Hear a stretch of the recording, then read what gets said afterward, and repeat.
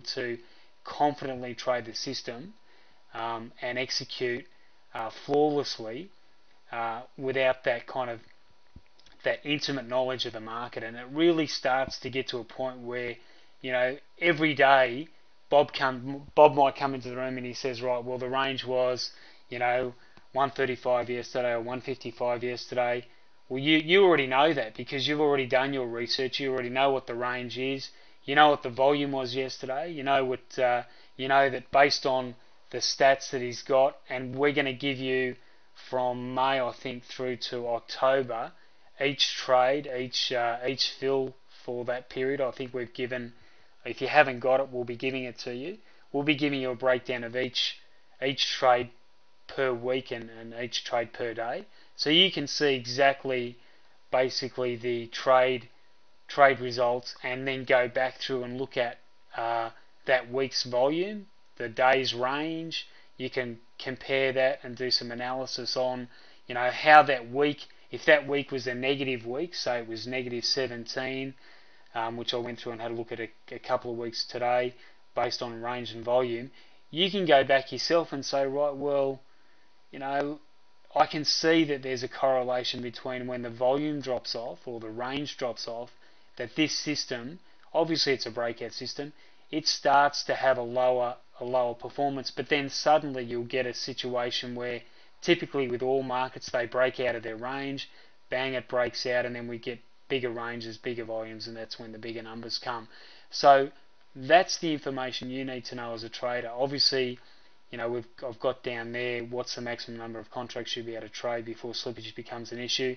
That's more about introducing the geometric growth, the money management strategy. So you want to have an idea as a trader how far you can go with this market before, I mean, we've already done the numbers, but before it actually becomes an issue for you and you're getting crappy fills. But remember that the concept of the system or the strategy is that you're going for a superior reward to risk. So the slippage component is less of an issue because you're looking to take bigger trades. You want to reduce your risk quickly, and you're looking for those trades that run.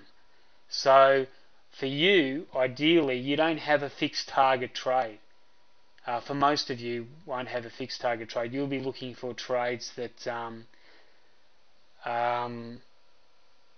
yeah, so, sorry Jacob, what I was saying there was that you have to know, and I can talk to you privately about this, what the maximum number of contracts are that you can trade on this market before slippage becomes an issue for you and fill rates become an issue, because there will be a point trading crude on every market. There is, I mean, except for obviously the you know, the currency markets, but there will be an issue where you'll have a problem getting filled at specific levels, or you'll have to maybe go into the market at different price points just to make sure all your contracts are filled.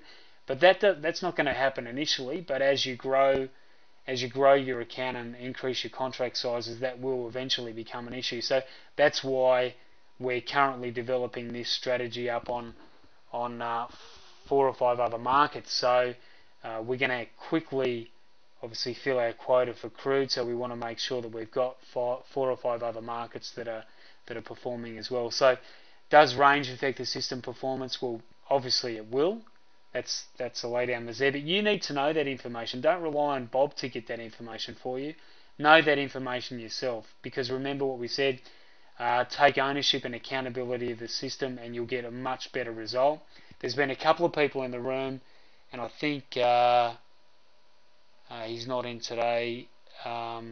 Chris Daly made an excellent point last week that you will do much better trading this strategy if you do the work yourself. So you do a lot of this work just to develop up your own style, and we'll get to that in a second. Here we talked about, does crude oil have a cycle? Does it have a price and time cycle? I don't know if many of you have looked at price and time cycles, but certainly on other commodities there are definitely cycles within commodities, and you need to have a look at, potentially you may want to have a look at that and and see whether that is an impact on crude oil. Yes, you can. Yeah, definitely backtest the. Yep. So the next point: have you customized a trade plan to suit your style? Now, there's a trade plan. Everyone should have the trade plan who has the system. That you've got that. You've got Bob's Start. You'll have all of Bob's trades.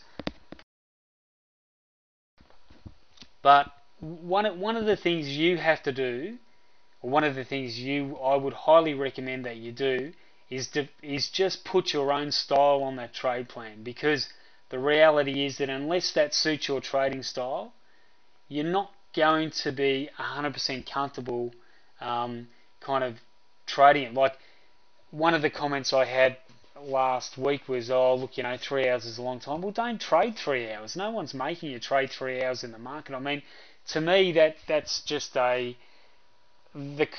almost the comment is it just makes me laugh, because the results are good enough for you to trade just 1 hour a day.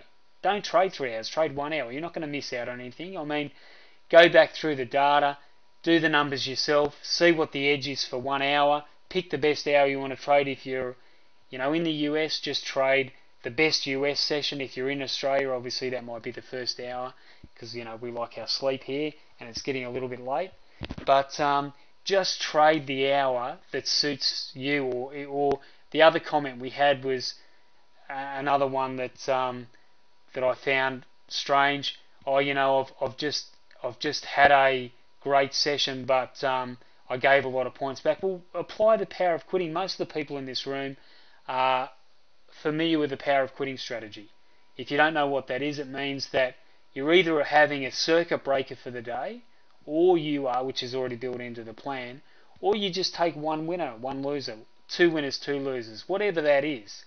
But have that as part of your strategy. So when you start the day, you are only taking, if that's what you want to, if you want to just take points every day, just have your strategy so you have 2 winners and done, 1 winner and done, whatever that is, and be content and happy with that, and manage your expectation. Go through the data, see how that performs, know the data backwards so you can see exactly what that strategy is giving you. So if you take 1 winner a day or 2 winners a day, because not everybody can trade the whole